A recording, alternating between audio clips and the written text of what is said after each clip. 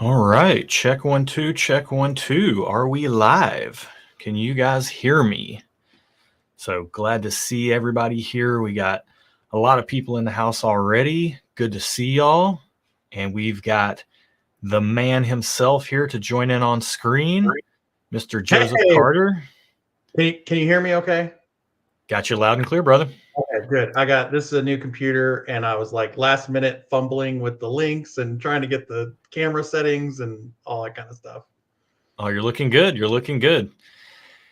We got a bunch of people in the house already. We got Kevin, Michael S. is here. Steven, I saw Steven was drinking some rye samples. Let us know which rye samples so we know what you're drinking.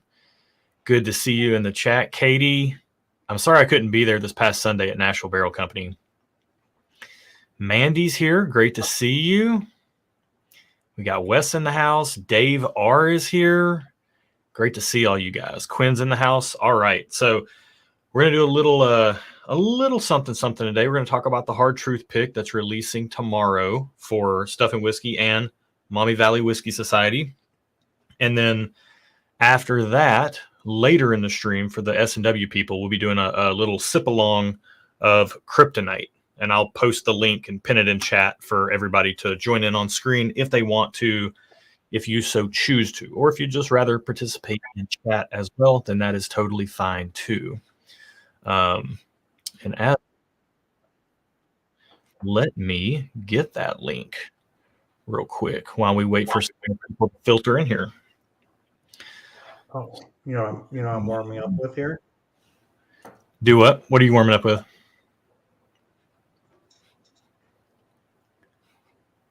Oh, the oak cola. The oak cola. Here, there it is. There's the sticker. Look at it. Oh yeah. How is it? How does it compare to what you remember from the pick? Oh, I think I agree with you. I think it's better than I remember at the pick. Yeah, it is wild how things do that. And so Will tried it last night. And now, to be fair, he's not a big Jack Daniels fan to begin with, but he said it's one of the best Jack Daniels products he has ever had. So, dude, I'm telling you, there was a Jack Daniels single barrel select 94 proofer that I got as a gift years ago. And it was my best buddy, him and the Air Wing here in Nashville, Tennessee, went down to Jack and picked a barrel for the Air Wing, for the Air Force guys. And dude, it was so awesome. I've been over there. I know those guys. Travis Otto over there. Oh yeah, you know Otto? You know Otto? Yeah. He's friends. I mean, my best buddy since 8th grade worked out there for probably 20 years. Worked with Otto. Oh. I've had lunch with Otto before. I've worked with Otto. I've spent time with him. Yeah. Yeah. But yeah, it was probably around 20. It had to have been around 2018, 2019. They picked a 94 proof single barrel select, and it was lights out, the best I've ever had. And then this one reminds me of that one because it's got that the way the oak comes through on it. I can't wait. I can't wait. I can't wait for people to get it. So people watching may have ordered some already. We have them all here. We have all the shipping material. We have a party showing up here at the Whiskey Lounge on Sunday, packing up all your bottles to get sent out. So excited for that. There we go. We got Norma Latva in the house. I'm more excited to talk to everybody about the Hard Truth. Oh, yeah. And by the way, I'm warming up with, we're dropping a toasted rye, and I'm not running my mouth for nothing, you guys. I'm warming up with 2023 Michter's Toasted Barrel Rye and a sample from none other than Barry Hawk himself of the legendary 2017 Michter's Toasted Barrel Rye. So, all right. Well, we can talk. We're still waiting. I need to go pour mine. I was trying to get all my technical stuff set up, and I haven't poured it yet. So I'll be back. Pour it up. We got Mike O'Connell in the house. Great to see you, man. All right, guys. So this is going to be good. So Hard Truth, the way they do their picks is when you buy the regular sweet mash rye on the shelf, what you're getting is a blend of 3 different barrel types that they then marry together to make that sweet mash rye batch, whatever it is. And anybody that's had those sweet mash ryes knows how good they are. And it's 3 different barrel types, just a regular charred oak barrel, a toasted oak barrel, and then there's a spiral cut barrel, somewhat similar to Jack Daniel's Sinatra Select or Cooper's Craft 100, Barrel Reserve, those types of things. So, you get these different characteristics in the final product that each of those casks types contribute to. When you're dealing with a barrel pick, you're tasting those individual casks rather than the blend of all 3, which is really cool because you can't get those individual cask types from Hard Truth in any other way other than in a barrel pick. So very, very cool process there. And then when we picked this one, we didn't ask them what cask type we were picking. We just wanted to pick the best pour on the table. And Joe, do you remember how the pick went? Do you want to do a rundown on that, or do you want me to? I mean, go ahead. It's your show. I remember it was contested a little bit. A little bit. And I'm glad you brought that up. Because it was contested a little bit. And the reason it was is because the very first pour was just the regular cask, the charred oak cask, and it was so sweet. It was really sweet. It kind of had these like honey, faint butterscotchy type of notes in it. Really, really good. Very, very flavorful, super oily, all those good things, good finish. Definitely a step above the standard sweet mash rye. And we were like, a lot of us were falling in love with the sweetness right off the bat. Then going into the second glass, which is the one we did ultimately select, spoiler, too late for a spoiler alert, but that's the one we did end up selecting. I remember my impression going into it. The first sip was like, whoa, like this thing is a powerhouse. It brought the proof. It brought some spice. It brought some heat. And that took me aback a little bit in the very beginning. But then I got a couple other. You started off like you were really a class 1 guy, and yeah. I'm like, I don't know, man. I think 2's got it, and we had to go back and forth like we always do. But like always, you come more on to my side of the field on that one. Well, I mean, truthfully speaking, the Castle Strength sticker for this. So for anybody that doesn't know the Castle Strength story and how this pick didn't specifically get its name on the pick. This was kind of, it was a perfect fit after the fact because first sip, took me off my feet. It, sucker punched me a little bit, but then subsequent sips from that. And I bet that first one, I don't remember what they said. I don't know if they ever told us the proof on that first really sweet one, but I would have been surprised if it was. It was low 110. Yeah. So you're going first sip of the day. We're picking at 10 a.m. in the morning. Oh, it was the first thing we did. Yeah, it was the first thing we did. And so it's 10 a.m. in the morning. We drink this super sweet, no spice, kind of honey rye type of thing. And then we go into 127.9 proof. They said this was, at the time, the highest proof single barrel they had ever put in the pick program. So at 10 a.m. It's still one of the highest. Yeah. I needed to get my bearings about me. But once I had a few sips under my belt, oh man, all that toasted rye sweetness and beauty came out, and I fell in love with it. And it still has a strength. It's still a powerhouse. Like it still has all that going on. Oh yeah. That's why I'm warming up right now.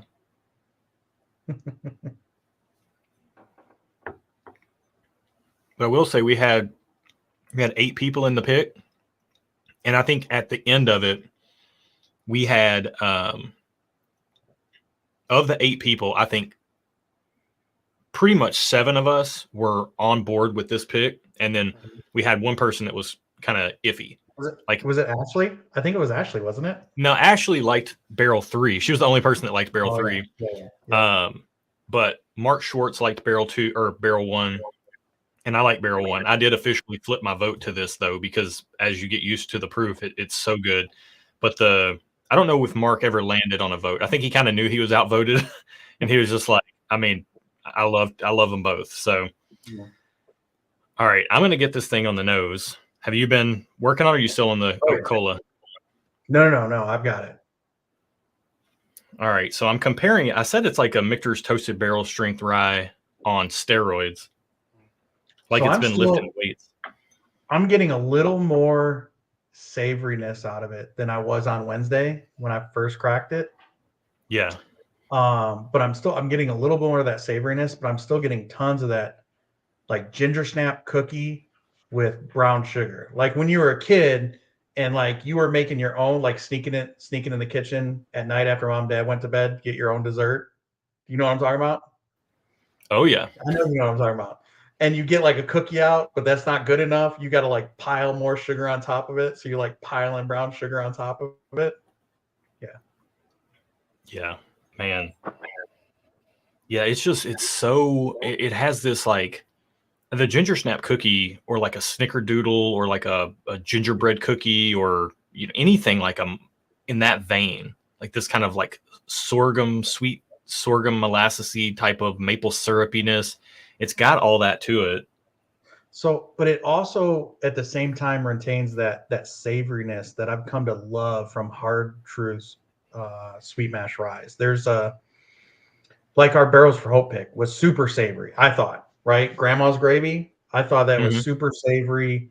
This Got it has right here. underlying hints of that, but the sweetness and the power of it is just cranked way up. Yeah. On the nose, would you guess blind that this was a rye? I mean, I know it's hard because we know it's a rye. Yeah, I think. But blind though, I probably wouldn't be thinking specifically Hard Truth. No, if I knew Hard Truth was in the lineup, I could pick out their type of rye, but not in the sense, no way in the sense that, people are looking for that herbal note or that like hard candy note or that minty note. No. Yeah. Absolutely not. No like herbal, dill, fennel, none of that type of, definitely no black licorice. Well, maybe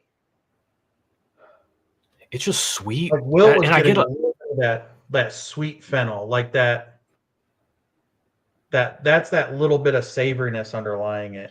Oh yeah. Oh man, yeah. I could if I took my time with it. It's just ginger cookie and sugar. I definitely have to dig underneath all the sweetness to find some rye notes in there, and they're there if you look under it. Which is it's good that it doesn't get completely lost, right? Like even the Michter's Toasted Barrel rye has that. Yeah, there's a lot of layers of complexity. All right, I'm gonna get this thing on the palate. Cheers, brother. Cheers, everybody in chat.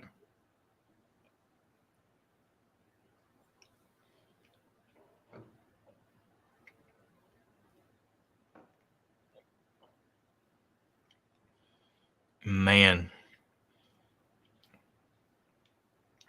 Yeah. Man. Yeah. That's so good. Wow. I mean, just it hits and it just blooms, encompasses the palate. I mean, I got it on the roof of my mouth right now. It's everywhere. It's everywhere doing everything.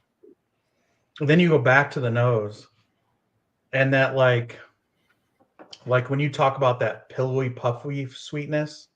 Mm-hmm. So I'm getting a little puffiness, but still with the brown sugar vibes, but almost like a whipped frosting, like brown sugar frosting. Yep.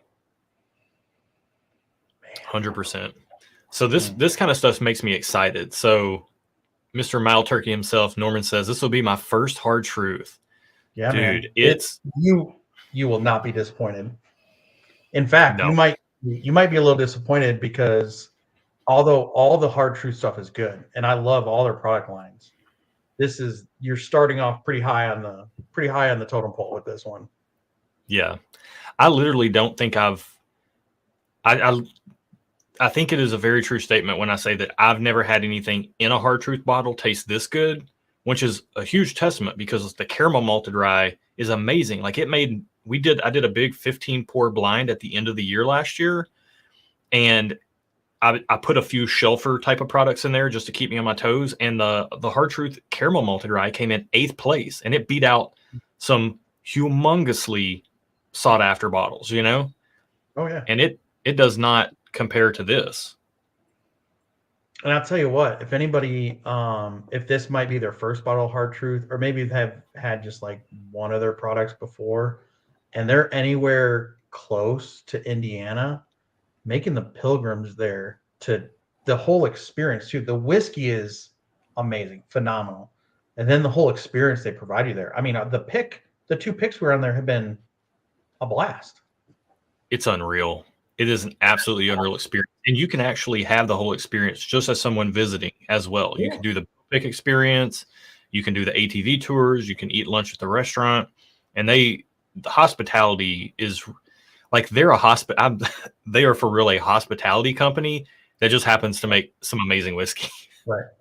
But the hospitality is, I want to go there during the summer where they got the amphitheater going with some music. That's what I want. yeah. Just make a weekend of it. They've got cabins on property. And look, we're not sponsored by Hard Truth, nothing like that. We love the stuff. And oh yeah. I'm not sponsored by anybody. So you want a fun, maybe a 3-day or a 4-day weekend, travel to Indiana, hit up Hard Truth, and then hit up Starlight in the summer. They got all of their stuff going on. That's a jam-packed weekend full of fun right there. Dude, I just went back to I took 2 sips of our pick and I went back to the Michter's Toasted Barrel Rye. And in flavor, like the flavors that hit the palate, they are so similar that it's crazy. There's like, if you, it doesn't even make sense, but the proof on our pick, and I think what our pick has that the Michter's Toasted Barrel doesn't have, I mean, just with the proof driving it, this one is 108.8 proof. So you're looking at almost 20 more proof points, but there's that palate enveloping, like you were saying, that pillowiness, that just covers everything. And both of them do saturate, like they saturate your tongues, your cheeks, the back of the palate.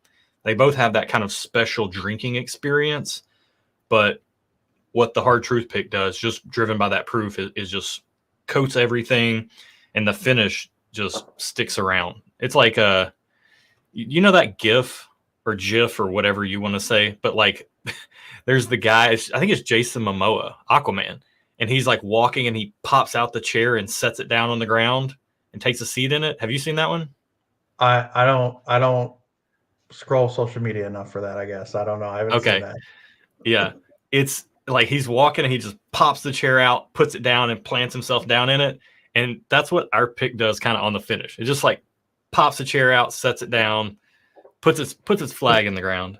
You know what's nice is anybody who's ever tried to get a hold of a Michter's Toasted Rye knows how difficult that is. Well, tomorrow, I mean, everybody here is going to have a chance at that. Like, you can get this, and we have a pretty good yield on this barrel too. Oh yeah, 200 bottles ish. I think it was 202 bottles, and then I think a dozen will be held back for shipping or thereabouts. So, if things get damaged in shipping or whatever, they want to make sure that they can replace those for you guys rather than just having to issue you a refund and having you miss out on it. But yeah, I mean, I think Michter's Toasted Barrel Ryes are going for like $200 to $250 on secondary. If you can find them. If you can find them. If you could get them at retail, they're $100. This is still cheaper than that at $85. And like with shipping, even with shipping and everything, like you're going to be about with this to your doorstep what you would be for the Michter's Toasted Barrel Rye at retail with the gas money and the tax and everything. And it's shared pour, right? So more bottles equals better value on your shipping. Yeah. I mean, yeah, you got to.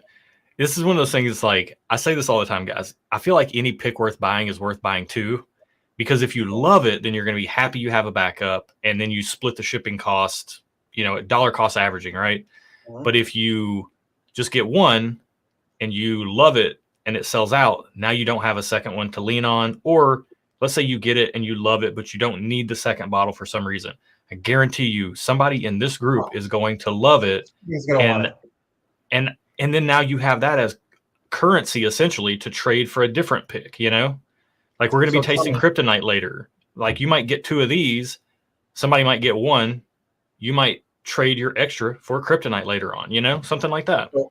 So tell me, how many people have tried to get more bottles of the NBC pick from you? Oh, it's the same thing. It's the same old story. Just today, someone's like, "Hey, can I get more of those bottles?" Like, man, those have been gone for months. Nope. Sorry, it's done. So don't let that be you. Exactly. So I will say, Steven's in the chat and he's saying that. So he's getting some typical rye notes on it. So he's not trying this. He's trying just some separate rye samples just to see if he is a rye guy. So he says he thinks there's a soapy note, and Zach said I could see cleaner notes like lemon, mint, floral, and yeah, those are like I can deal with mint if it's like a sugary spearmint or like a sugary pine type of note, or if it's a sugary lemon type of note, but floral I struggle with, and I really struggle with like the really herbal dill, black licorice type of notes. So, but he's getting that on other rice he's got. He's not trying this. Correct. Yeah. Yeah. And so Zach said that he did have a sample of Grandma's Gravy and also the chocolate malted rye. So the chocolate malted rye from from Hard Truth is wildly different. It is very like, I mean, it's almost bitter coffee, and I like coffee, but I've got to be in the right mood for that chocolate malted rye. Do you see Mike's comment there? Where is he at? This pick is delicious. Agree with Josh on the Michter's comparison. So is he like Mike, right there off screen? There he is. What's up, man? Good to see you. Good to see you. Yeah. So how you been? Maumee Valley Whiskey Society member, also Barrels for Hope member. Perfect comparison, Josh. I agree with you 100%. It's crazy, isn't it? It is. It doesn't make sense that, and I don't know the age on those. They don't disclose the age on the Michter's toasted barrel strength rye, but this is not even 4 years old. Yeah, and I guarantee it's older than that. The Michter's. And I know the Michter's is, and there's no youth on this thing. There's zero youth. No, agreed. This is going to blow people's minds. I cannot wait. I get so excited for people to taste picks like this sometimes because there's just, we do picks like, we'll do like we did the People's Bourbon last year, or Sunday Brunch this year. Those Nashville Barrel Company picks are what I would call like mind-bending in a very unique way. And then you get something like this, and it's also mind-bending in a very unique way. And it's just like I love being able to pick barrels and give people that type of experience, Yeah. Don't miss out. Buy this.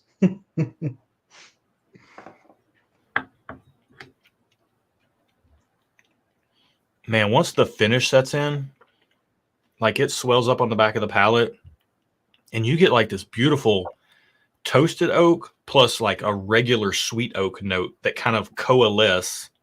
And when I say toasted oak, I guess what I'm really describing is like that little bit of a toasted marshmallowiness, like that marshmallow. It's not black marshmallow, but it's that brownish, that perfectly toasted marshmallow.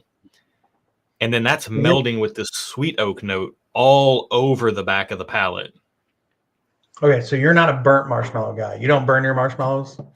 No, well, just a little bit. Like at the very end, I'll kind of go a little too far, but not completely encased in blackness. No. So like 80% nice brown toasted, and then a little bit of char on the end there. Yeah, exactly. Okay, that's my style. I like it. It's a good style. Looks good on you. It takes some work, I've lost a few over the years. You're going to, yeah. I mean, a good toasted marshmallow, you got to put some love and care in. So if anybody has any questions about this pick specifically, let us know. And for Stuff and Whiskey people, there is a pinned comment in the chat that you can join on screen to do a sip along with Kryptonite here in 5 or 10 minutes when we wrap up the hard truth tasting and Q&A if anybody has any questions. But by the way, I do have the Barrels for Hope because I know there are a lot of Maumee Valley people and a lot of Stuff and Whiskey people who are part of Barrels for Hope too. So I have that pick here as well. And I wanted to speak really quickly to the difference. And I know this is for a very niche audience, but I think it's still very helpful to realize that, to compare the two, Well, it goes back to the process that you said they're using because their product is normally a blend of the different type of barrel styles.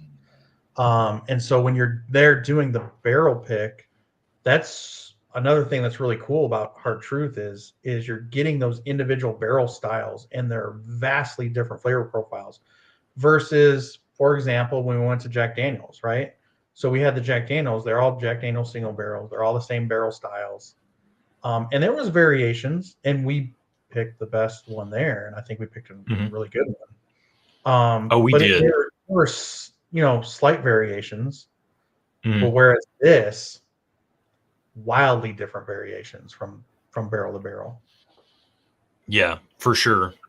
I think the Barrels for Hope pick, what it has is a more like I feel like the pick that we're releasing tomorrow is a little bit more universally like it's going to be loved by a wider audience, whereas the Barrels for Hope pick it's distinctly rye. It's a very beautiful delivery on rye, but you definitely get a lot more rye notes on it. Whereas even the Michter's Toasted Barrel, like that rye, Toasted Barrel ryes, by the way, for anybody that doesn't know this, I'm a bourbon guy. I love dense, rich, sweet bourbons. And toasted ryes are what swung me to the rye side. When I started trying toasted ryes, I was like, well, this is what I've been missing right here. This is what I need to get me over. Just as a category, in my opinion, ryes pick up any kind of finishing way better than bourbon does. I agree. And it doesn't matter if it's a toasted, a double oaked, sherry, rum. It does not matter what it is. There's something about the grain that it lends itself to picking up those flavors much easier than a bourbon does. So if there's the bourbon people out there watching, and you're kind of like maybe you're rye curious, you're on the fence about this a little bit, try some finished ryes and see what you think. Michael S. said, he said, coalesce and niche. Josh is breaking out the 50 cents words slate on a Friday. Hey, man, I tell you what, he's got to class up the place a little bit. Did I say either of those? I don't remember saying either of those. Yeah, he did. I mean, where am I at right here? Look at his background and look at my background. This is all lighting and camera tricks over here, Joe. It's all lighting and camera tricks. Yeah. So, dude, I'm literally blown away. I'm blown away that we got to pick this good. I really like the Barrels for Hope pick a lot. Like it is, I don't just really like it. I love it. It is a fantastic rye. But as a bourbon lover, I can't stop with this thing. I cannot stop with it. We picked good barrels. I have to figure out a way to get more of these before, I got to figure out how Aaron cannot kill me because I need more of these. Dude, speaking of ryes, you got to figure out how to get that 12-year bullet first. Exactly. It's dropping everywhere. I've seen people on huge drop with it right now. Yeah. Real quick, Joe, can you tell the Maumee Valley people how you'll be, or is this an email blast for each tier? Talk to your people about how they can get their hands on this. That's a good point. So very similar to the S&W, it's going to go out because we have some members that are the same too. It's going to go out by tier level at the scheduled times through email, and then also posted on our Discord based on the tiers announcement level. So you can find it both places, email and Discord, based on the tier announcement. You'll get your private link just like in our previous shared pour releases. Perfect. And as a reminder to everybody on the Stuff and Whiskey side, this is going out tomorrow, starting at noon Eastern time, 11 Central. Yep. And, you know, I'm sure Joe's communicating with his people as to when they will have access, and everything is tiered and all that stuff has already been posted on Patreon, but the link will not be posted on Patreon. So what I need you to do, please do your due diligence. Go into Patreon and just check your email address to make sure that it is correct, especially if you signed up with an Apple ID. Like if you logged into Patreon with your Apple ID, what I've noticed is that it puts a proxy email.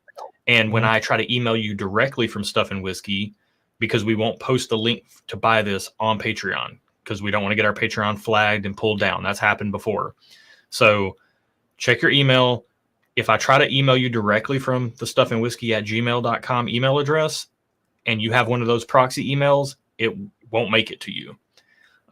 Also, I have my own email address, BCC'd on every single tier's email blast. And so if you don't see it come through, sometimes for whatever reason, you know, we're sending you guys, this goes for everybody. We're sending you guys a email that has a link to a retail site. So it could get filtered to spam. So at your tier level, if you do not see it, check your spam folder.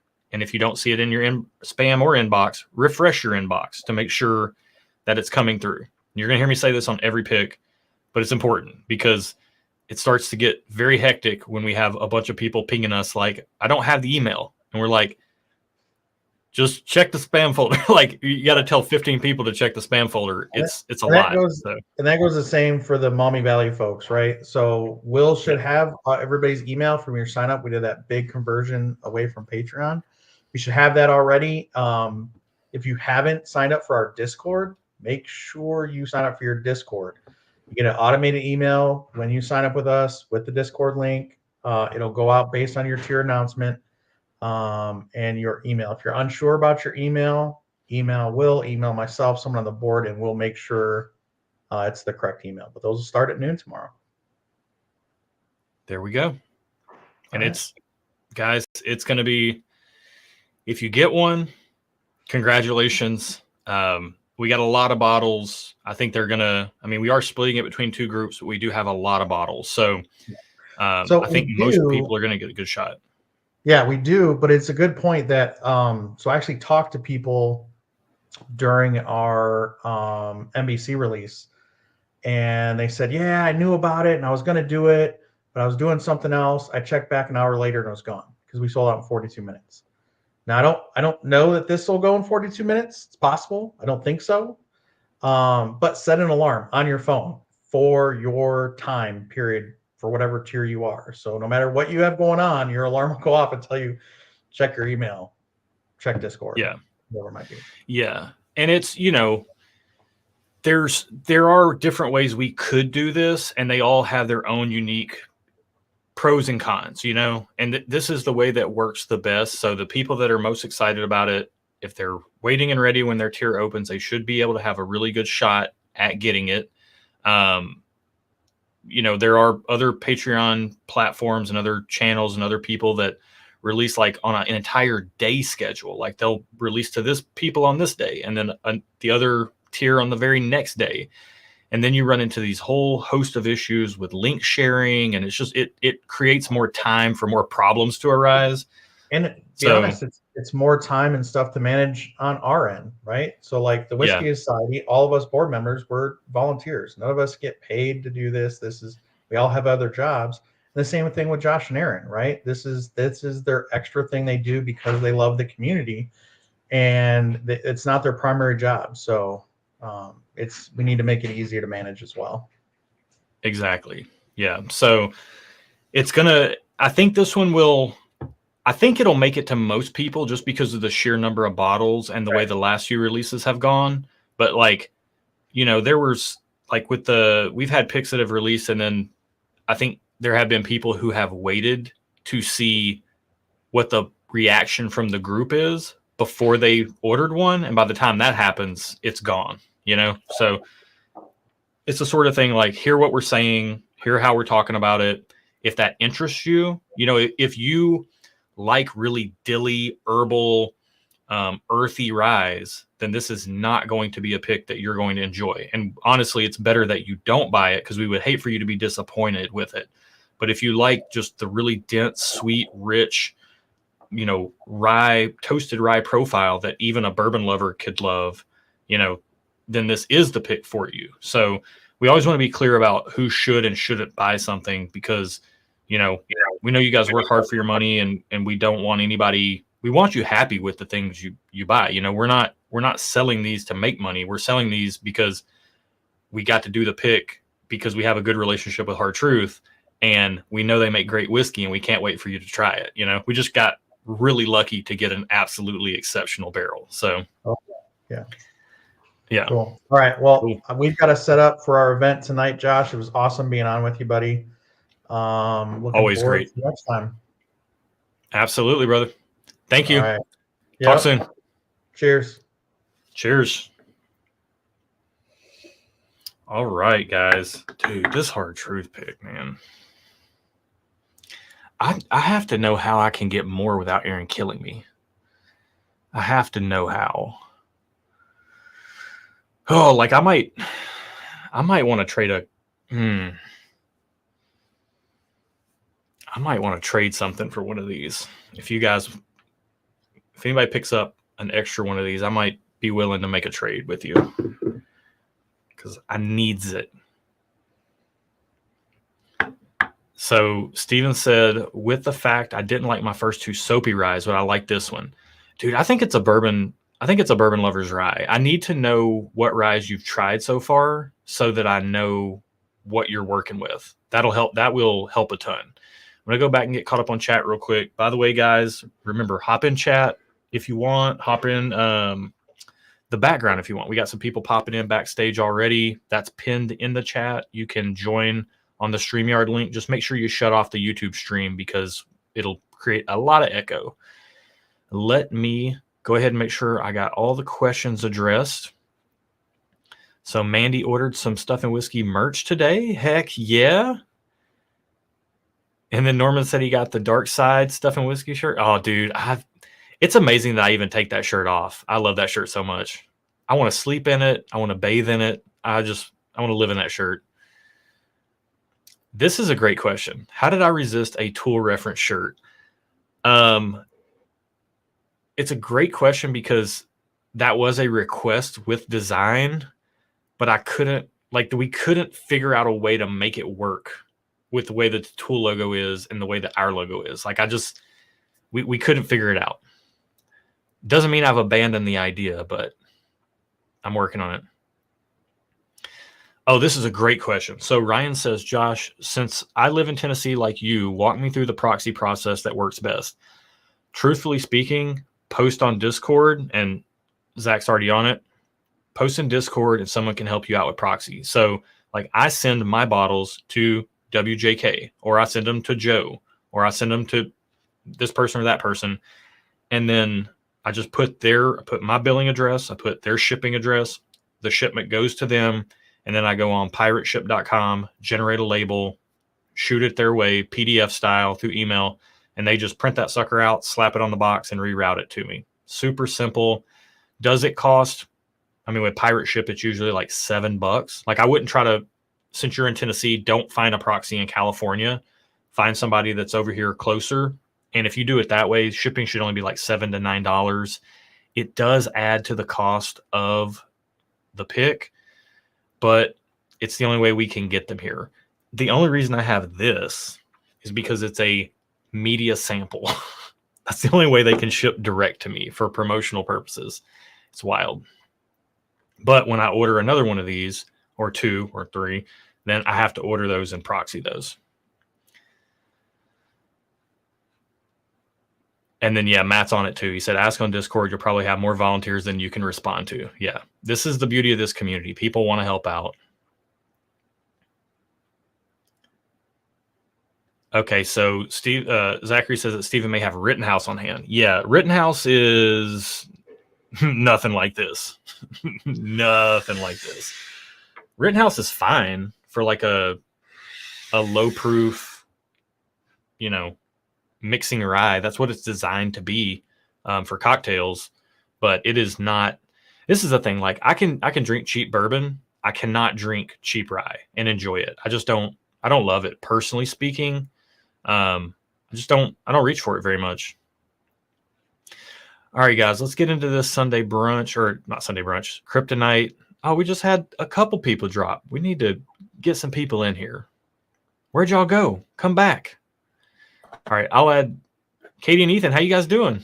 Hey, Good, what's how are up, you doing? Josh? Good, man. How are you? Doing good. Did you guys get your Kryptonite stickers? We did. Yep. Jamie and David gave them to us on Sunday. Yeah, I So, knew I like- was seeing them, and then they said they were seeing you guys, and I was like, "Oh yeah, I was getting ready to drop them in the mail, No, that's and I didn't perfect. even tell you were getting them." So No, I appreciate it because we're gonna give Dan some of his. We'll see him this week potentially when we're up in Yeah. Virginia. So perfect. We got the man himself. What's up, Norm? How you doing, man? Let's go. Let's go. Hey, I just real quick just want to fly in here. No pun intended. I gotta say this D team, the Kryptonite is definitely my favorite out of them. But big sips of this D team is right on. It's really good, man. I'm really proud of what y'all are doing and the stuff y'all are putting out. Bravo. It's great. It's not great for my wallet, but it's great. I feel that pain. Yeah. Honestly, I worked my way through an entire bottle of D Team and Kryptonite, trying to figure out which one I liked better, Mm-hmm. and I've decided I can't decide. Well, anyway, my wife's like, we got stuff to do. So I just wanted to pop in real quick. Really proud of what you're doing over there. So I hate that I'm gonna miss the pours. You're all good, brother. Family first, Yep. always. Yep. See you Cheers. guys. Cheers. Talk soon. Chris, how you doing, man? Doing well, buddy. How you doing? Doing good, doing good. I got a great surprise this afternoon. That Benny's manager that I made such a good relationship with over the last year and a half, 2 years, has decided to leave. But before he actually leaves, he decided to clear out the back room at Benny's. So I lucked into this bad boy.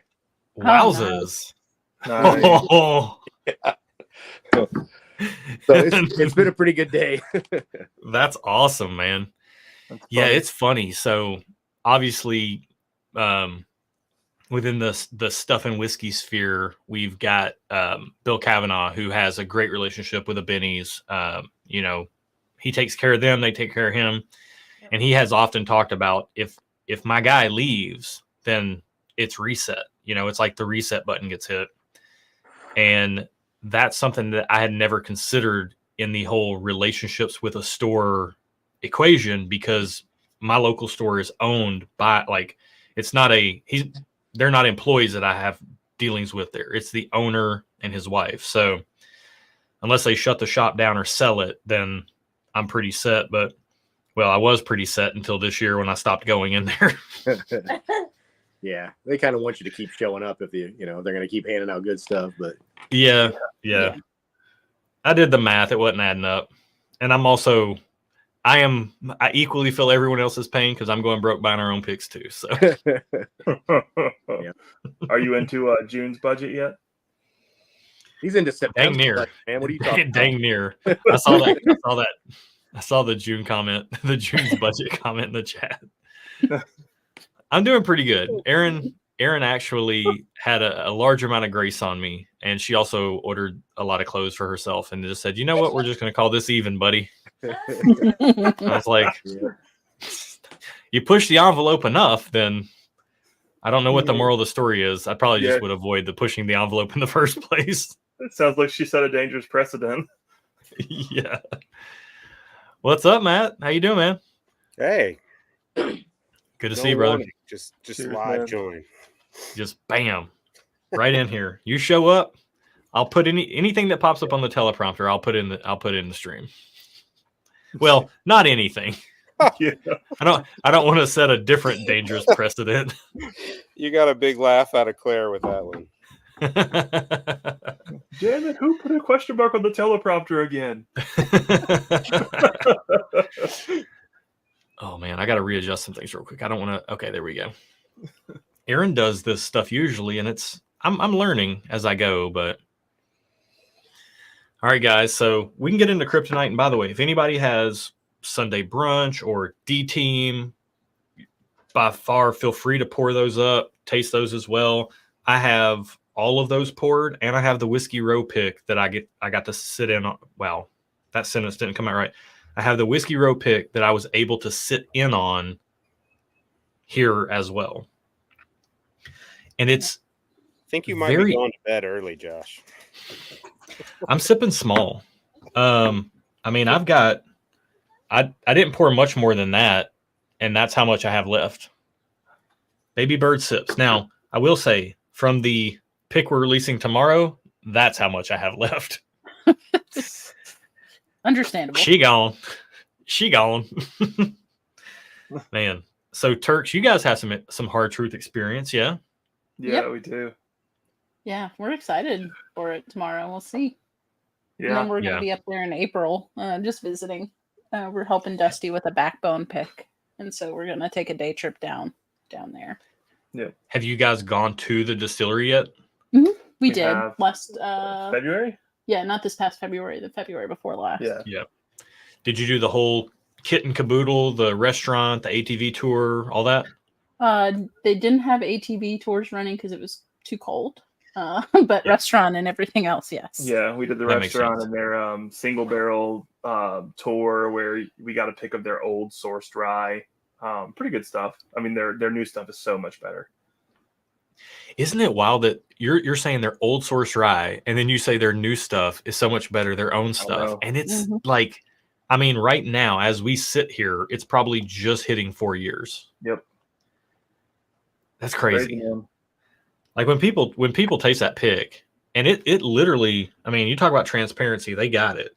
Barreled on April 23rd of 2020, dumped on January 17th, 2024. So not even 4 years old. And the fact that there's no youthful notes on it, Right. and it goes toe to toe with a heavily revered rye in the space, it just doesn't make sense. And like what I like about all the hard truth picks that we've had so far is they're all very different. Yeah. Very different. Oh yeah. Oh yeah. They've got a lot of variation going on, so that makes They're all French very different, but they're all really good. Yep. It's not like you if you put four of them side by side, you're like, oh, this one's obviously the outlier. They're all good. They're just good in different ways.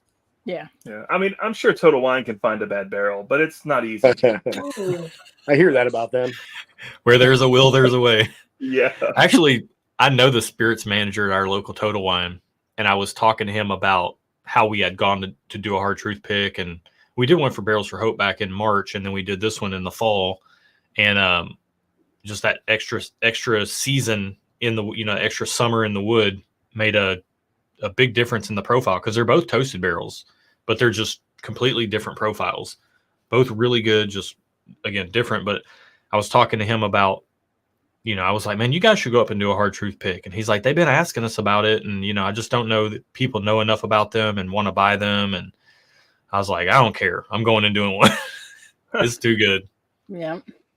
Well, I mean, your community's pretty damn educated, so you don't have to worry too much about that.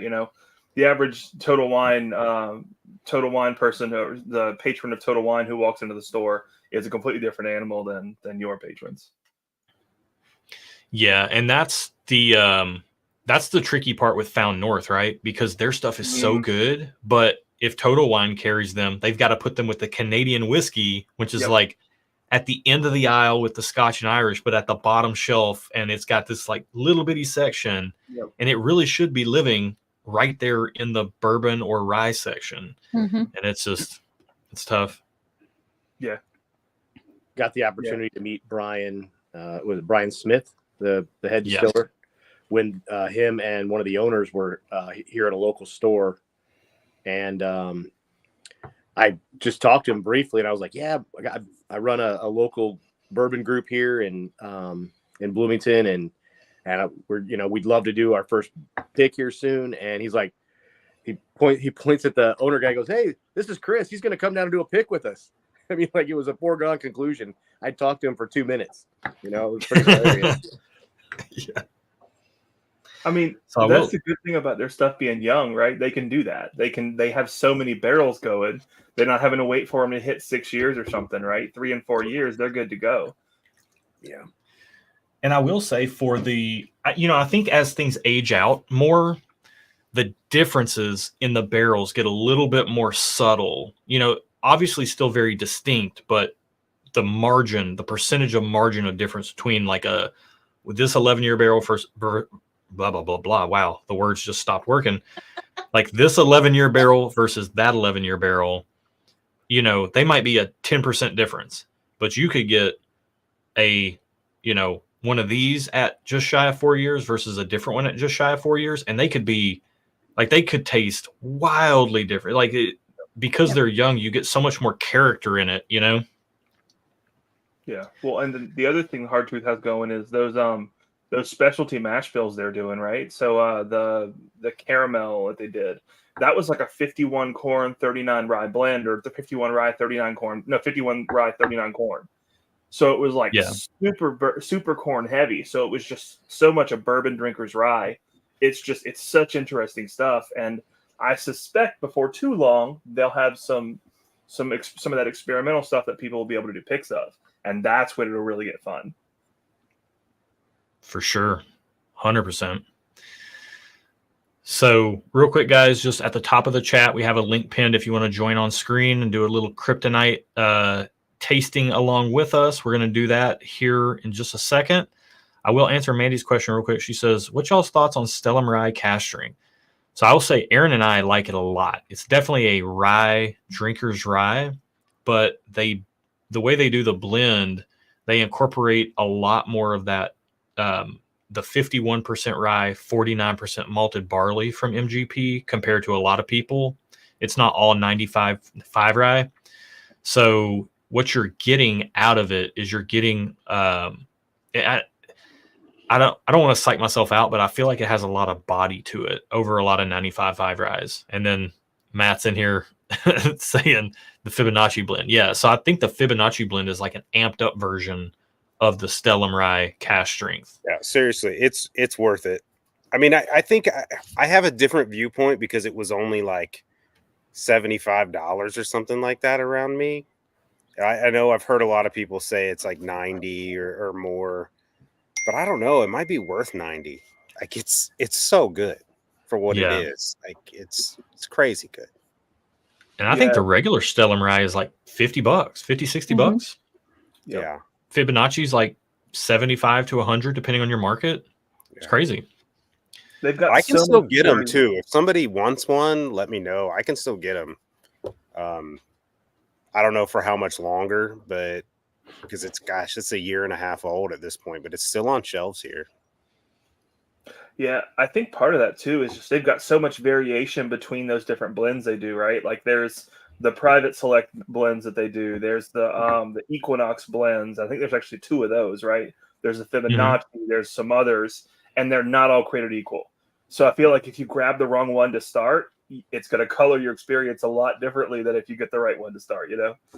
That is very true, and that's why I immediately commented that, because that one is an outlier on the positive sense. That reminds me of my first experience with a pick from Hard Truth was from this store that's about 45 miles north of me. Saw it and I was like, oh, I hear these guys are doing awesome stuff. And picked it up, brought it home, and it's got that it's got a lot of that like plastic, or some people describe it as Sharpie flavor and aroma to it, and I couldn't get past it. So the bottle's like 3/4 full. And then I've tried it elsewhere. I've tried other Hard Truths and been like, wow, what the heck is wrong with this bottle? But I got a bad one. Well, it makes you wonder why somebody would pick something like that. But then you do get some people who, I mean, there's definitely groups out there that they just love to pick that crazy off-profile stuff just because it's so, like, I feel like what we're releasing tomorrow is so different from any of the shelf it's probably closest to the caramel malted rye, which I I don't know this to be a fact, and I should probably check before I even say it out loud, but I'll go ahead and say it anyways, because why not? But I would be stunned if that caramel malted rye, if they do the different barrel types, if it didn't have a little bit more of the toasted barrel influence in it, just because it's got that brown sugar sweetness, you know? But yeah, I mean, some people just love to pick those crazy off profile things. Yeah. Well, it makes you wonder if it's really off profile to them, though. Like you've been talking about being banana blind or nut blind or whatever. And like I have a local store where every single pick is musty peanut shells. And that's just what they like. And I wonder, thinking about it, if they just can't taste that. Yeah. So that's one of the great things about Whiskey Tube picks in general, is because typically the people you get on the picks are like whiskey drinkers through and through, right? They've tried a bunch of things, and even if they can't put their finger on what's an off flavor and what's not, they can still say this is good versus this is bad. Whereas like I've seen some stores go for picks when like I've also been there for a different pick, and you can tell it's a store because they walk in and they're like, oh, we get to drink whiskey, ha! And it's like, oh God, what store is that? I do not want one of their picks. Yeah. Yeah, that's a good point, man. And you get a whole catalog, like a backlog of seeing what that person likes on Whiskey Tube, you know? Yeah. And I feel like that's so helpful. Like I feel like people that watch our channel, early on, I remember saying we will never do barrel picks because I didn't want to do them, because why would anybody possibly trust our palates, you know? But then over time, patterns start to emerge. I like what I like. And if I can go do a pick that fits with my flavor profile, and especially if Aaron and I can agree on it, then we feel like most people will like that. Yeah. Well, I think that goes to show you that people will align with you, right? Like I know you and I are very, very similar, especially on bourbon, with what we like. I like that. And so I trust your palate, Yeah. bar none. I think Aaron. Yeah. Chris, what was Andy saying? Sorry. I was just saying I like what you like, but I also like the weird stuff that Aaron likes. You know? Yeah. Like Oh, get yeah. both worlds with both of you. She's Yeah. an earthy rye girl. She likes that Mhm. those Funky weirdness. to some people off-putting rye notes. Now, if she ever had one that tasted like anise, she'd be like, nah, Yeah. because she doesn't like black licorice at all. But she likes Yeah. the dill, she likes the pickle, she likes, the earthy notes. A mushroomy, even Yeah. if you Yeah. want to go there. I don't know. Oh, that like umami note. I do Yeah, like that. I do. Yeah. I like that a lot. But I think like a going big back sweet one, to too. talking about people's picks and so on and so forth, I think there are some distilleries too where you don't find that it's the local store owner going, yay, we get to make a pick. I think Four Roses is one of those places where you don't find a lot of that, because they kind of have their own flavor profiles and all that with the different yeast strains and all that they pull a very specific type of bourbon drinker to their flavors. And a lot of times you don't see mom and pop shops with the Four Roses picks, because they gravitate sometimes to the younger, newer distilleries, the crafty stuff, because they want to get that stuff on their shelves and they want to sell it. Whereas I think a lot of your bigger stores and your stores that have people that have nuanced palates that go and do picks specifically, you'll find some other distilleries are more likely to be picks from them. Yeah, absolutely.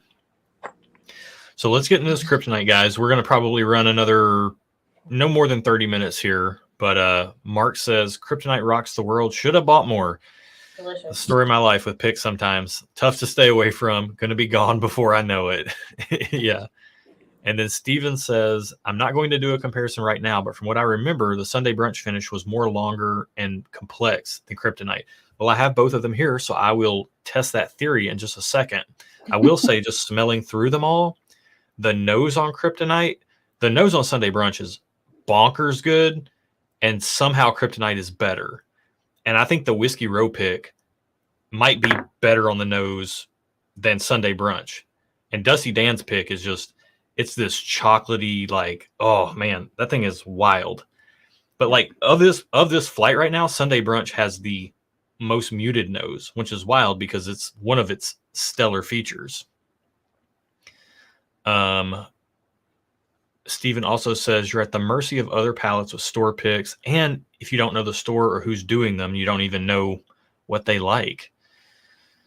The Buffalo Trace pick he got was all oak and no sweet. Yeah, that's a bummer.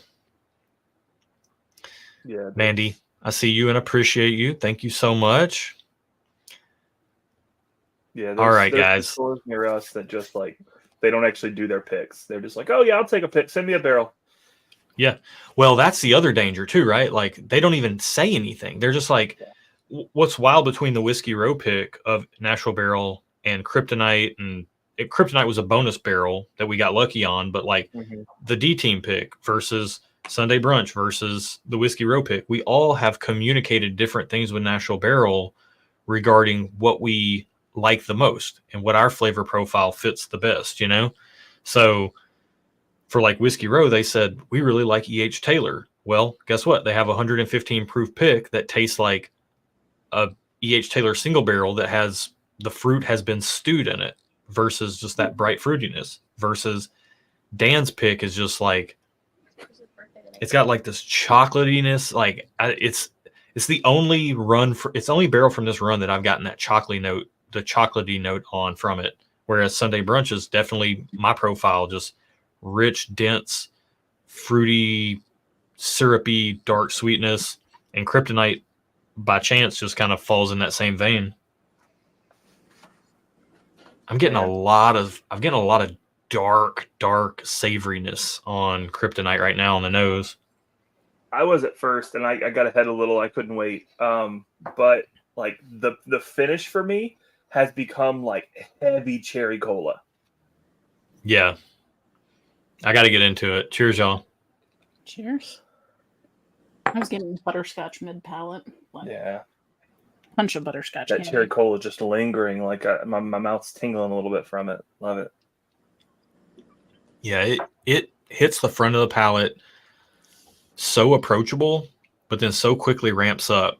I'm getting the butterscotch, I'm getting the cherry cola. And I will say one of my favorite things to do on this run of barrels from Nashville Barrel Company is once the glass is empty, smelling the empty glass. And it smells like it's like a Cavendish pipe tobacco, like a cherry pipe tobacco. Like, it just smells so good. So truth be told, I do that a lot. Like I've known to just sit on the couch smelling the glass for another hour after I'm done. Dude, anybody that's not doing that, this is like a, I don't want to say it's a pro tip because none of us are pros, but this is a must do.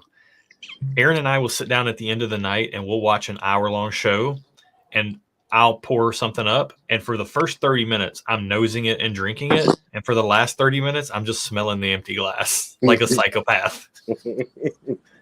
No, it's, I mean, to me, it's kind of like calming. Yeah. It's like I'm a fidgeter. And so it keeps me from grabbing my phone and checking it, or it keeps me from, you know, it's like a fidget. It's like a 21 plus adult fidget spinner. I'm telling you, Josh, the number one note I get on the nose of this Kryptonite is that Barton Rickhouse that we were in. Ooh. Yeah. It's, dude, there's something about, so even this is, there's a serious Rickhouse note on this. So let me translate that note for you guys. He's not saying it tastes like Barton distillate, but the very first barrel pick I ever got to go on was with a local store, and it was a 1792 full proof pick. And then we will be having a Stuff and Whiskey Bourbon Judge collaborative 1792 full proof pick coming out soon, and that's what Matt's talking about because he was part of the pit crew for that. And like we've been in Wild Turkey rick houses, we've been in a lot of rick houses out there, and you would think that turkey rick houses would smell the best, but the Barton 1792 rick houses smell the best. And it's this combination of all the wood you're surrounded by, the angel share that's in the air, and then the rick house they do the picks in, it has an exposed floor, and it's like it's just dry dirt, and all of that kind of goes together in this beautiful note that smells incredible. And I can feel you on that. Yeah, it's just it's hard to describe, but it's very memorable when you smell it again. It's almost it like makes a me so mad that they don't do tours because just to walk through it and smell it again, I would pay $20 probably. I hate to admit that, but I would. Oh, I would. I'd pay $20 to go smell a Rick House.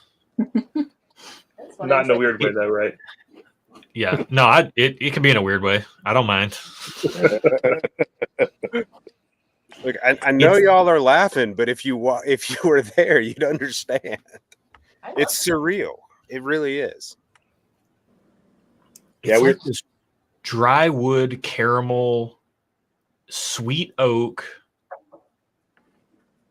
like and this earthy underpinning to it, like a dry dirt. It just smells. Oh, it smells like what you want things to smell like. I don't know any other way to put it. Well, and being in a Rick House in general is like Disneyland for most of us, right? So there's already something like slightly mystical about it. So then you add in all the other sensory elements, and you're like the cartoon where the smell from the pie drifts around, and whoever they see is picked up off the ground and floats toward it. Like you can't help it. Yeah, the Bugs Bunny effect. Yeah, exactly. So on the nose here, I'm getting on Kryptonite. I'm actually getting some of the like the not quite French toast. This is a little bit more like powdered sugar on top of funnel cake or something. Yeah. Whereas Sunday brunch goes a little bit more like straight French toast with powdered sugar. But I'm getting on Kryptonite a little bit of that funnel cake with powdered sugar on it as I dig underneath everything else. But it's got that. It's almost like those packs of the white powdered sugar donuts. Mhm. I freaking love those things. Donuts. Yeah. I love those things so much. It smells like one of those. Josh, I'm going to break protocol here, and I'm going to hold up a picture from my phone because I can't share anything here. But this is what it smells like. Mm-hmm. Oh, nice. Yeah. Yeah. No. That visual is what that's what it smells like. And I get it on the taste too. And like there's Ethan, I just took a drink and I'm getting that cherry cola on the finish. Like C923, ECBP C923 gets a little bit of that Rick Housiness to it as well. And there's not a ton of stuff out there that hits it just dead on the head. That one's But- a little bit darker. It doesn't quite have the bright like red berry kind of little thing going on, the cherry Yep. cola. But you're right, it has that earthiness. after the sweet tea. So Steven is saying, when I go through them, I want to know if you think David and Jamie's pick is closer to Sunday brunch or Kryptonite. Okay. I'm going to do a little Sunday brunch sip here. It is wild how in this lineup, the Sunday brunch nose seems muted. Like the Kryptonite, Whiskey Row pick, and the D team they're jumping out of the glass more. Sunday brunch still has a great nose, and it's got this it's like this heavy. It smells heavy, and like I need it to jump a little bit more. Sunday I can brunch. get a little- Drop of water. No, I don't mess with water. Mhm. Sunday brunch that intensity of flavor just hangs on for so much longer than Kryptonite. Yes. It just sits on your tongue for 30 seconds, Sunday brunch to me, and I'll take a sip, but like the difference in the two to me is that Kryptonite is like riding this wave of flavor, whereas Sunday brunch is it has this extract quality to it. Mhm.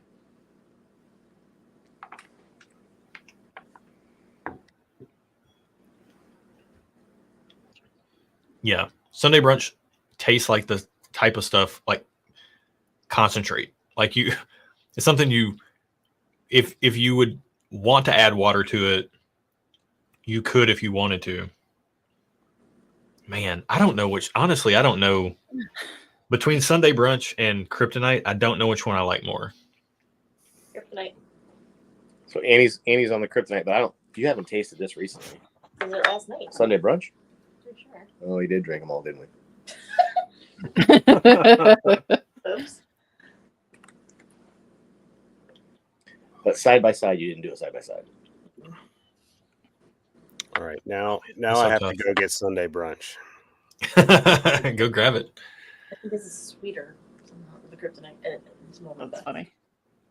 Steven is saying Sunday brunch beat Kryptonite in my blind last week, though they both lost to Electric Kool-Aid. Yeah, and I was reading that, and with Electric Kool-Aid, it sounded like your descriptor, based on what you were saying, plus with the stag in the mix as well, that you were really enjoying those brighter sugary notes. You know, like the brighter fruit notes, the brighter sugary notes, and I think that's a distinction that we all have to kind of connect the dots with, right? Like when you're I think way more about how to communicate what I'm tasting than any normal human being should, to be honest with you. Like if people knew, I spend all day driving at work. So if I told you guys how often I think about like, how am I going to relay flavor notes and experiences even more than notes, it's wild. But you have your bright fruit crowd, like you got fresh fruit, you got dark fruit, you got bright fruit, you got stewed fruit, you've got, I mean, there's all different types. You've got that almost turning fruit where it's overly ripe, almost rotting, and that has like this incredibly saturated sugary sweetness to it that is wildly, like, it's almost too sweet, you know? So you have all these different types of elements, and you got to figure out what pocket your palate fits the best, you know? I feel like when we were at Nashville picking the Dusty Dan and the Kryptonite, those first two barrels that we tasted had that brighter, more just, they weren't as dark. They were just out there. Yeah. Yeah. So the way I've been trying on the channel in our videos to throw in a little bit more musical, like make musical references, because I think it is a really interesting way to think about whiskey. And so to Steven's point, right, like Sunday Brunch and Kryptonite are like a rock song that has a heavy bass line to it, you know, like that dark fruit, it's dense, it's rich, whereas something like Electric Kool-Aid or a Stag, like it's got a little bit more of a brighter presentation of the fruit note, so they're leaning a little bit more heavy into the guitar, you know? So it's like, what are you? You know, do you like the bass line a little bit more? Do you like that? It depends on the Stag, though, because 17 would be a banjo, not a guitar. 17 would be like somebody that drank too much of any of this stuff, and he's on stage kind of like little. Yeah, these 7-year MGPs, I like that analogy, Josh. They're like Brass Monkey, like they hit right. You feel it in your chest, like yeah. Steven, I will absolutely do that. It'll be fun. I might do it on a pop-up. So yeah, the biggest difference to me is like Sunday Brunch is like this cohesive front to back. Sunday Brunch and Dusty Dan are very similar in experience, but different in flavors. Sunday Brunch and Kryptonite are very similar in flavors, but different in experience, if that makes sense. Yeah. And then the Whiskey Row pick that's coming up, because I know a lot of people are interested in it. It does lean into that Sunday Brunch and Kryptonite flavor spectrum, but it has a little bit more bright fruit to it. So, Steven, I think actually the Whiskey Row pick in flavor experience, you would like, or in flavor profile, you would like it a lot because it has a little bit more bright, like a bright, shiny cherry. Yeah, I'm floored right now that the Sunday Brunch nose it's not that it's bad. It's just so much less intense than Kryptonite is. It's muted, yeah. Which doesn't make sense because when I took Sunday Brunch over to Matt Metzger's house, the nose is the first thing that hit him about it. And he's like, this is amazing. And then he tried it he started pulling out crazy bottles, right? Like he started pulling out E.H. Taylor Barrel Proof and George T. Stagg. And he's like, it was blind, by the way. And he's like, whatever this is killing my George T. Stagg and my E.H. Taylor Barrel Proof. And then to have Kryptonite be a one-up on that, on the nose, is wild.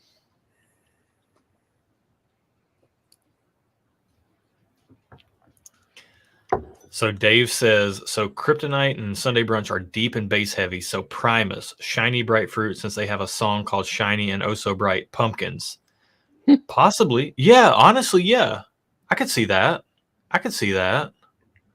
I wouldn't say Primus. I would say Tool. I mean, I'm me, though. A little Justin Chancellor influence.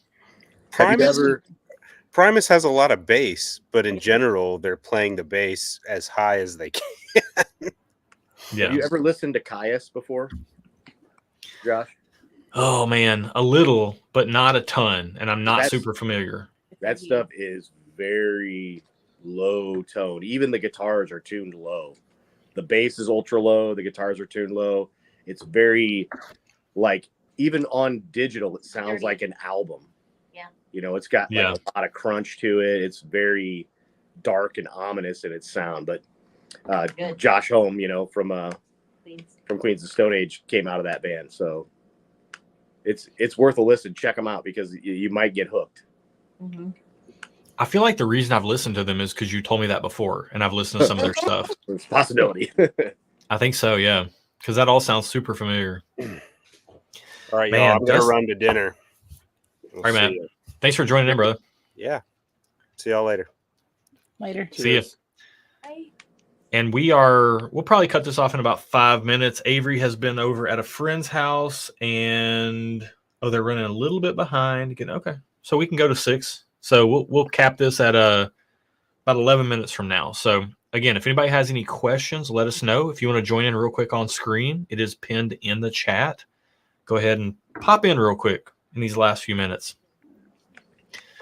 But yeah, I think thinking of the musical analogy with music, or like correlating music to whiskey, is an interesting.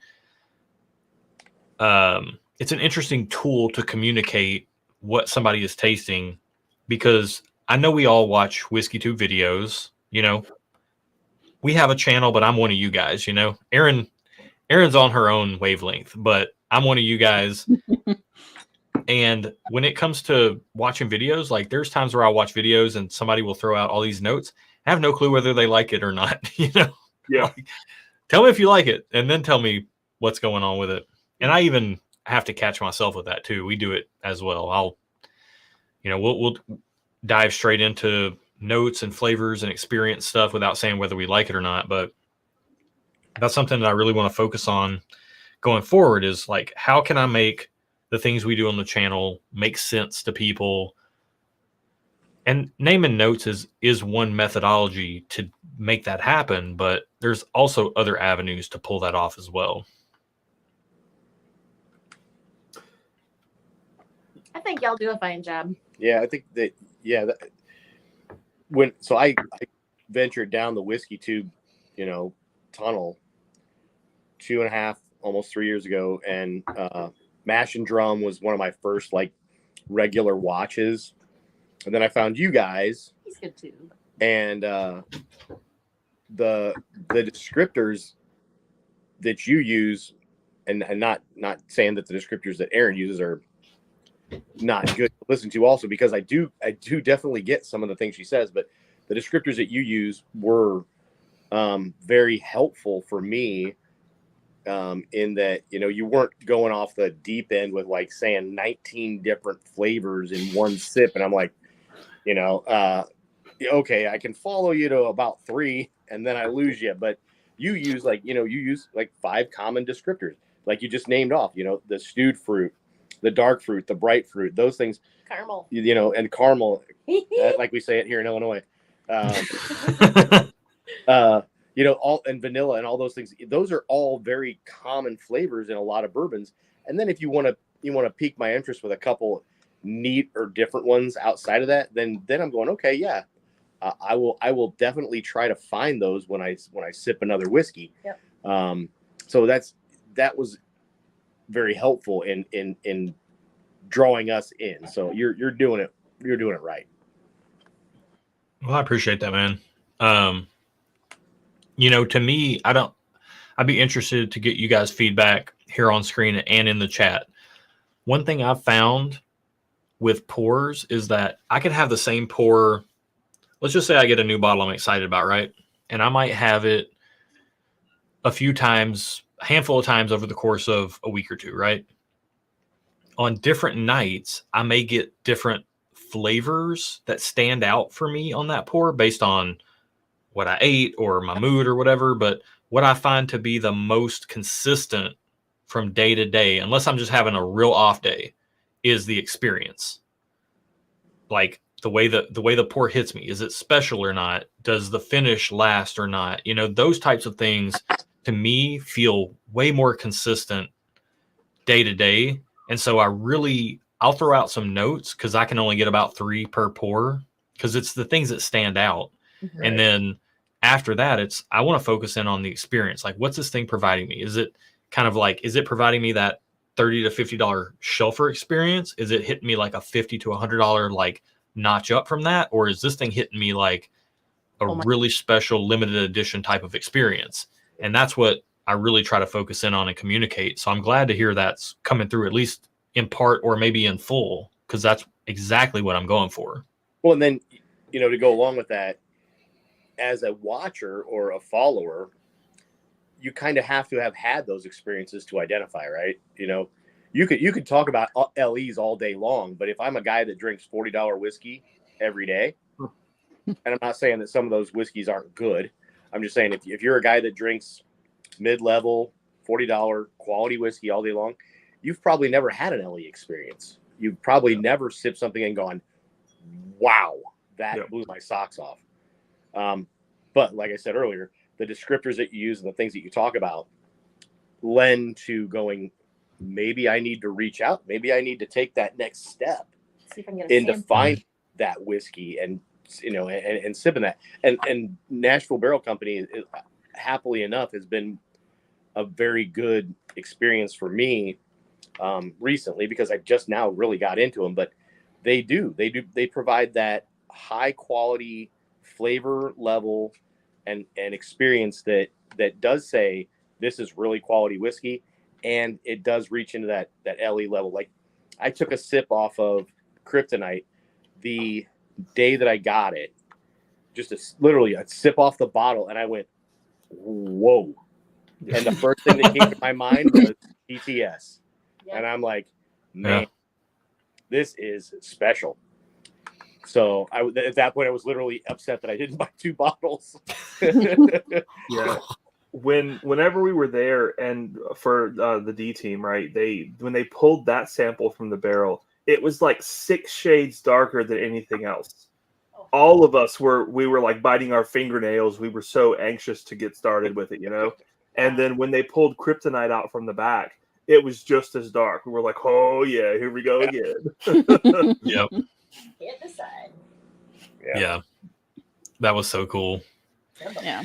Yeah. I mean, that's I know in the fall, so we're doing the annual meetup in May 18th, and we're going to do a pick on the 17th. I can't wait to see what they pull out. I hope they don't completely run through all these amazing Super 7s. Well, at the time, I think by the time we get there, it'll be Super 8s.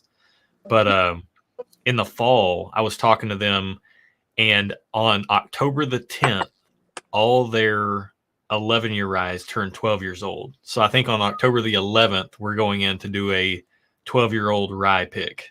Heck Oh, yeah. And that'll be the next month's budget. Did I show you guys a sticker for that? Oh, no.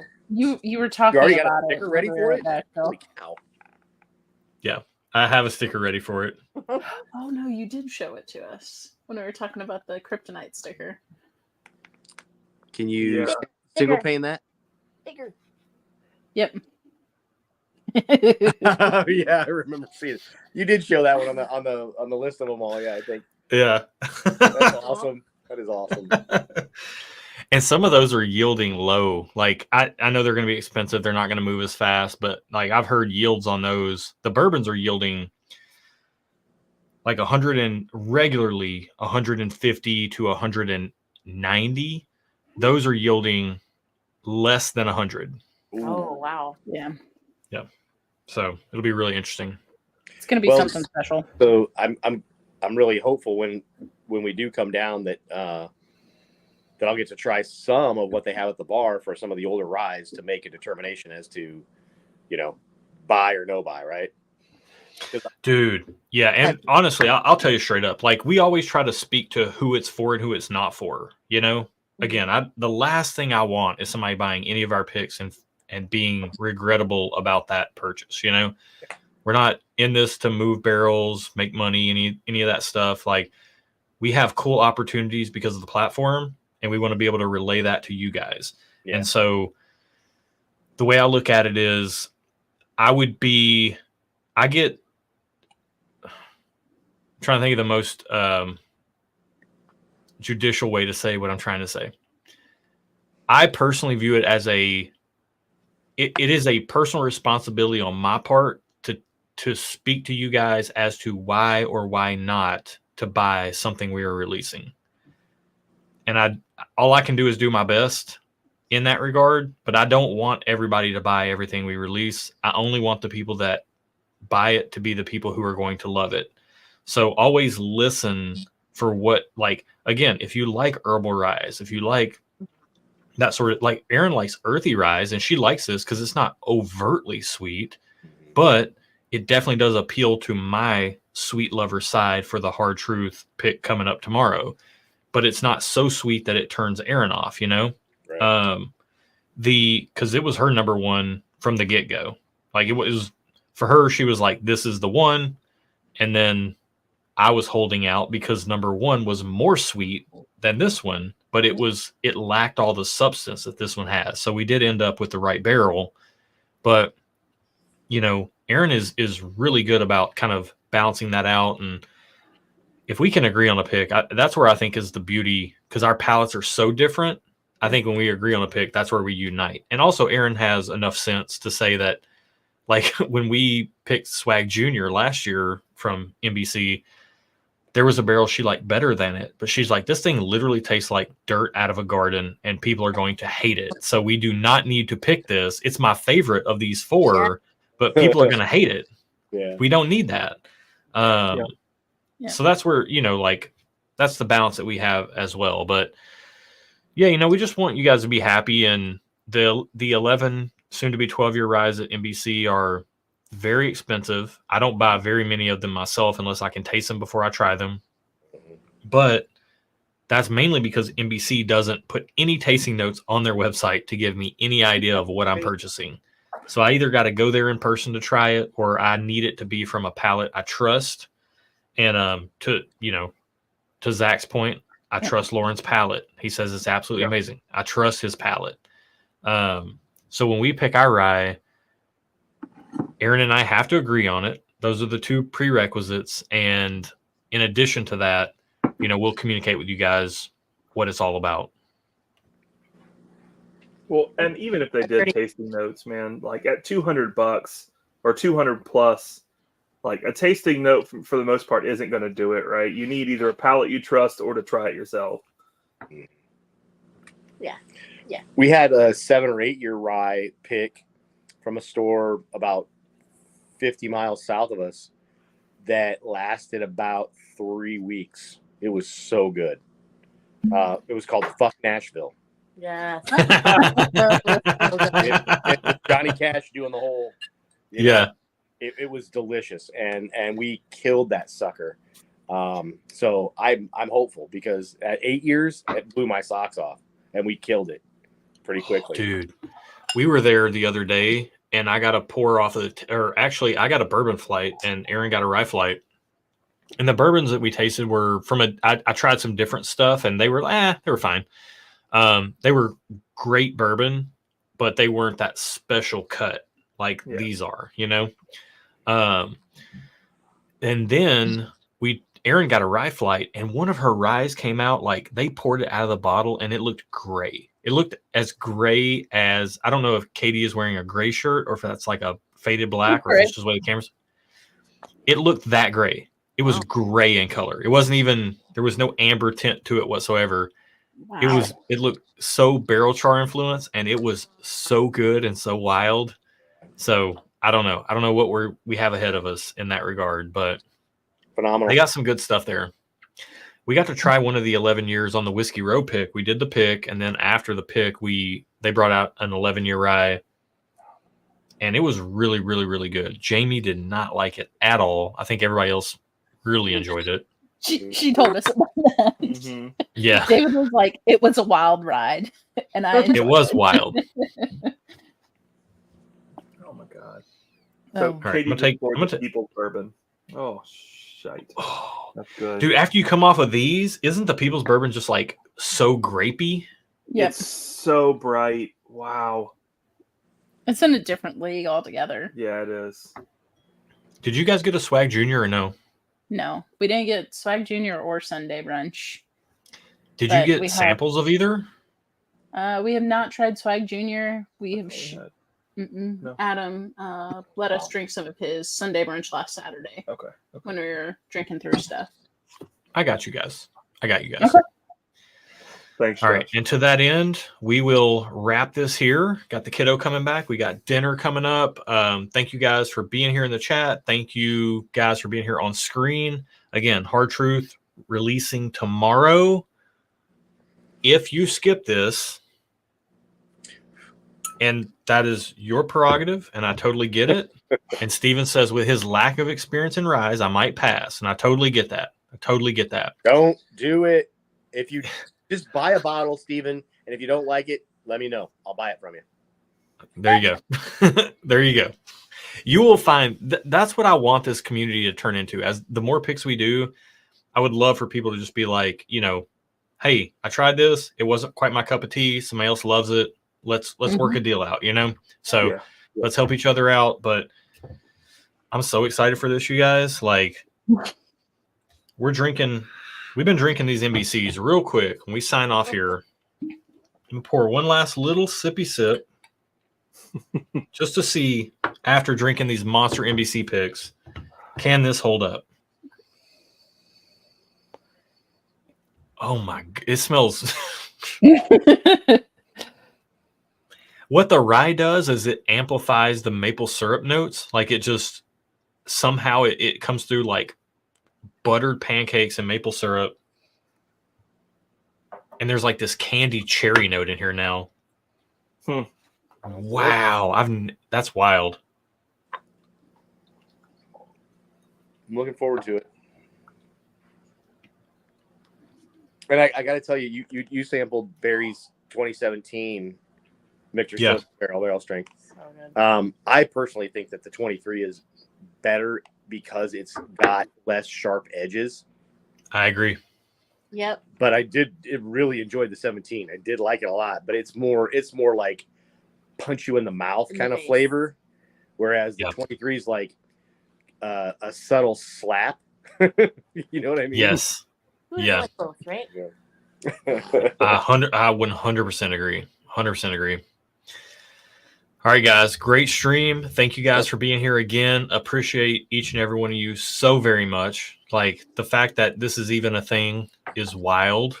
It doesn't make sense to us because we just started this for fun. And you guys are all here with us. And we have, I think in a recent video, I said we have the best community in the universe, in the galaxy, and the multiverse. And then Aaron said the upside down as well. So Oh, Nice. that's where we're at. That's how we feel. So we appreciate y'all for being a part of that. And we'll sign off here. Have a great weekend, everybody. Yeah, you Cheers. be safe. Cheers.